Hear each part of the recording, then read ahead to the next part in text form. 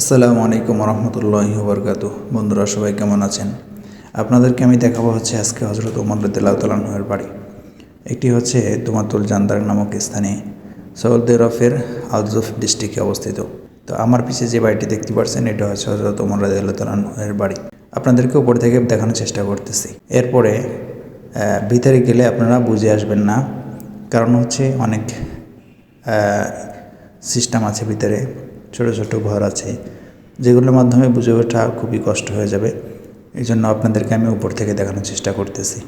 এর পাশেই সুন্দর একটি মসজিদ তৈরি করে রেখেছেন সৌদি সরকার। তো আমি আপনাদেরকে বোঝানোর চেষ্টা করতেছি। চার সাইডই বাউন্ডারি দিয়ে অবস্থিত এবং চার সাইডে চারটি লম্বা করে পাহারাদার সিস্টেম করা।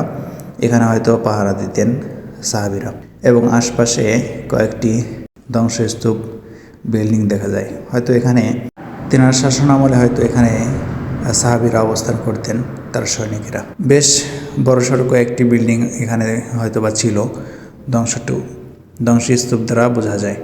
এবং এখানে একটি মসজিদও আছে, হয়তো ভিতরেও একটি মসজিদ আছে, সেটি হয়তো পারিবারিক মসজিদ, আর এটি হয়তো বাহিরগত মসজিদ। তো এই গোলাকারের ভিতরে কেমন, এগুলো আপনাকে দেখানোর চেষ্টা করতেছি। উপরে কাঠ দিয়ে সুন্দর করে মাচা করে ছাদ সিস্টেম আছে, এবং ওখানে থাকার জন্য ছোটো ছোটো রুম আছে। তো আমি এই গুহা দিয়ে প্রবেশ করতেছি। ঘর দিয়ে প্রবেশ করার ভিতরে ছোটো ছোটো সিঁড়ি আছে, এবং বাইরে যাওয়ার জন্য এখানে রাস্তাও আছে। এই চারটি কোণার থেকে বের হওয়া যায়, এবং পাশ দিয়ে ছোট যে দরজাটি আছে সেখান থেকেও বের হওয়া যায়, এবং অসংখ্য ভিতরে রুম আছে, এবং এখানে একটি মসজিদও আছে।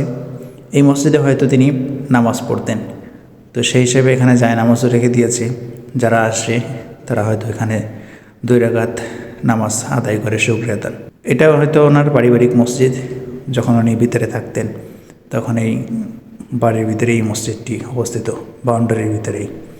তো আমি এখানে 2 রাকাত সালাত আদায় করেছি শুকরিয়া আদান হিসেবে, যেহেতু উনি এখানে নামাজ পড়তেন।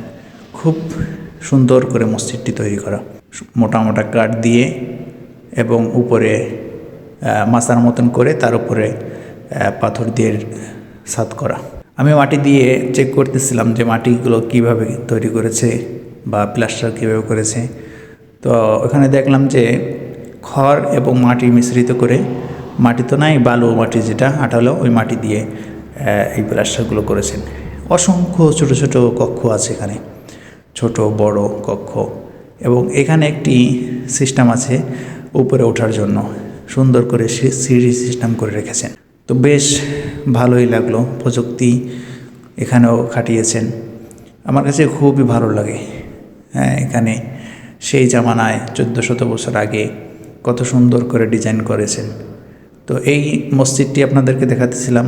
তো আমি এই মসজিদটির উপরে এই যে বড় যেই গুহার মতন দেখা যাচ্ছে, এটি হচ্ছে হযরত ওমর রাদিয়াল্লাহু তাআলা আনহুর মূল বাড়ি। আপনাদেরকে আমি এখন এই শেষ যেই বড় মিনারটারি দেখতেছিলেন, ওই মিনারের পাশ থেকে আপনাদের দেখানোর চেষ্টা করতেছি। এরকম ছোট ছোট অসংখ্য রুম আছে। তো এমন সিস্টেমে করা, আমি ভিতরে ঢোকার পরে দেখলাম এখানে একটি পানির কুয়া আছে। এই পানির কুয়া থেকে হয়তো পানি সংগ্রহ করতেন। এটি এক কোণায় অবস্থিত, এখন কবুতরে বাসা বেঁধেছে।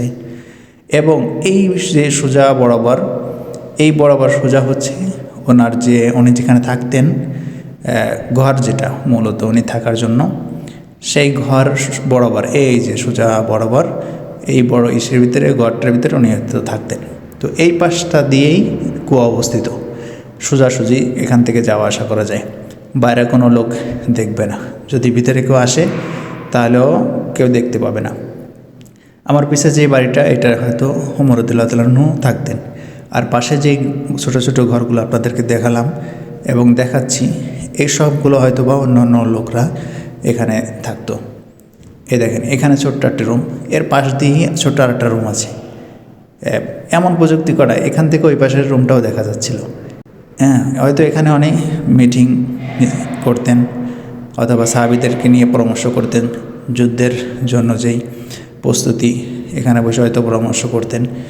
তো আমার কাছে খুব ভালো লেগেছে। উপরে আমি উঠতে পারি নাই, হয়তো ঝুঁকিপূর্ণ স্থান, এই জন্য বন্ধ করে রাখা হয়েছে। শুনেছি যে বছরে একবার ঈদের সময় খোলা হয়। তো আপনাদেরকে আমি কতটুকু বোঝাতে পারছি জানি না। ভালো থাকবেন সবাই, সুস্থ থাকবেন। আসসালামু আলাইকুম।